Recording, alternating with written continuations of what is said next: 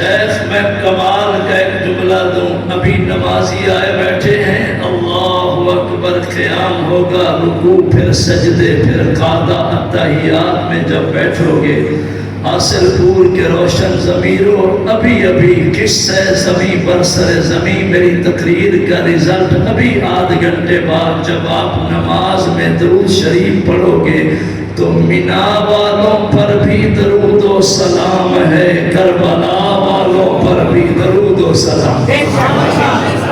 اس میں مجھے سبحان اللہ تھوڑی اور بلند چاہیے، اپنے سلام بولو، کیونکہ گزرتے ہوئے بعض کہتے ہیں دیوبندیاں دی نگری ہے، درود و سلام کو نہیں مانتے، مجھے معاف کرنا یہ صوفیاء کی نگری ہے۔ شاہ کاظمی کہتا ہے ہم درود و سلام والے ہیں، بابا میرا مرکز ہے، میرا روحانی تربیت کی جگہ ہے، علم و عمل ہے، تعلیم و تربیت جامعہ ہے، بڑوں کی یادیں ہیں، بڑوں کی سرپرستی ہے، اللہ گواہ سید قرآن لے کے بیٹھا ہے، ہمارا عقیدہ ہے کہ مینا والوں پر بھی درود و سلام ہے، کربلا والوں پر بھی درود و سلام۔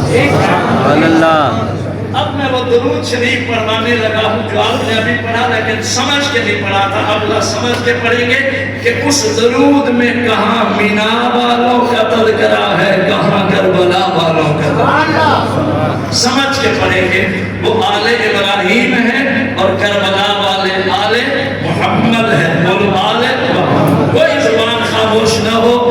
اللہم صلی علی محمد وعلی آل محمد۔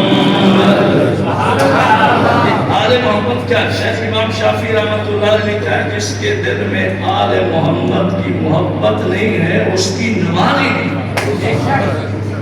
دل میں محبت نہ ہو اور آل محمد پڑھتا رہے تو کیا ثواب ہے، کیا نماز ہے؟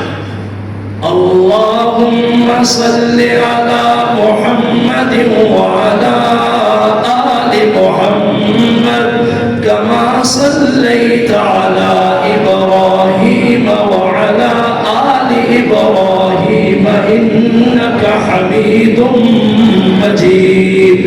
اللہم بارک علی محمد وعلی آل محمد کما بارکت علی ابراہیم وعلی آل ابراہیم انک حمید مجید۔ اب درود شریف پتہ لے کے پڑھا کرو گے، جہاں آل ابراہیم کا لفظ آئے یہ مینا والوں کی قربانی ہے، جہاں آل محمد کا تذکرہ آئے بابا یہ کربلا